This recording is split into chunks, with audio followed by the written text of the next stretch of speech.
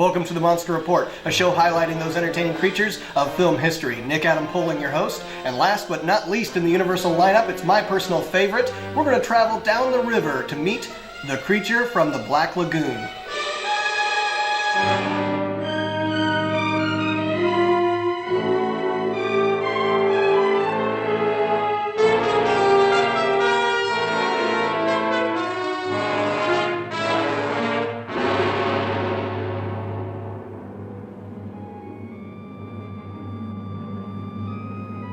The creature, or Gillman, is unique among the Universal monsters. He's not a mythological monster like the Wolfman, Dracula, or the Mummy.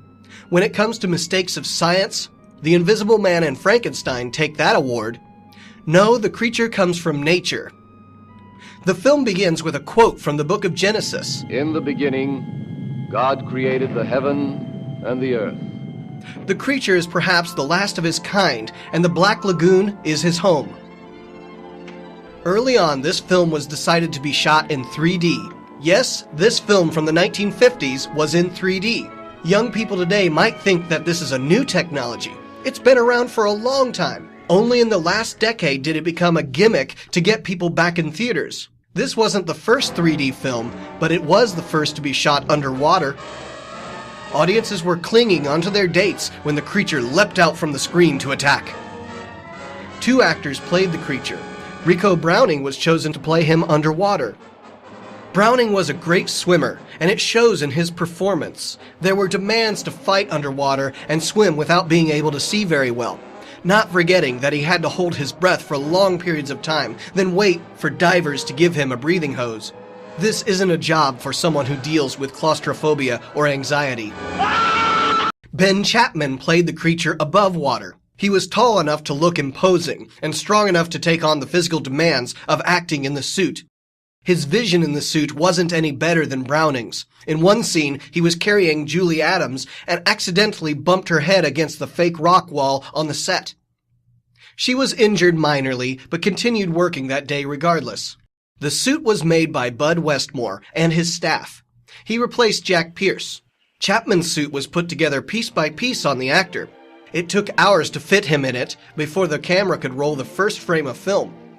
His weight couldn't vary much since the suit was cast molded to his exact size at one point in time. Browning's suit was glued to a leotard he wore. The glue would sometimes bleed through the leotard and burn his skin. The head of the Gillman suit was made of foam rubber. Jack Arnold was chosen as director. He took the job very seriously and didn't regard this as a B-movie. He cared greatly about the look and movement of the creature. Arnold was very knowledgeable about the technical aspects of filming, but allowed a lot of freedom to the actors creatively. One of the scenes he orchestrated that is very memorable is the swimming scene with Julie Adams, unaware of the creature following her. It hints at the notion that the creature is pursuing her romantically. The music of this film is a little limited. You might find yourself hearing that music cue stuck in your head long after watching this movie. Every time the creature appears, this cue is used.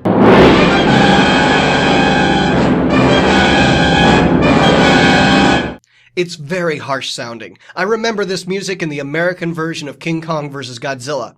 Since I was a Godzilla fan first, that was the first time I heard this music.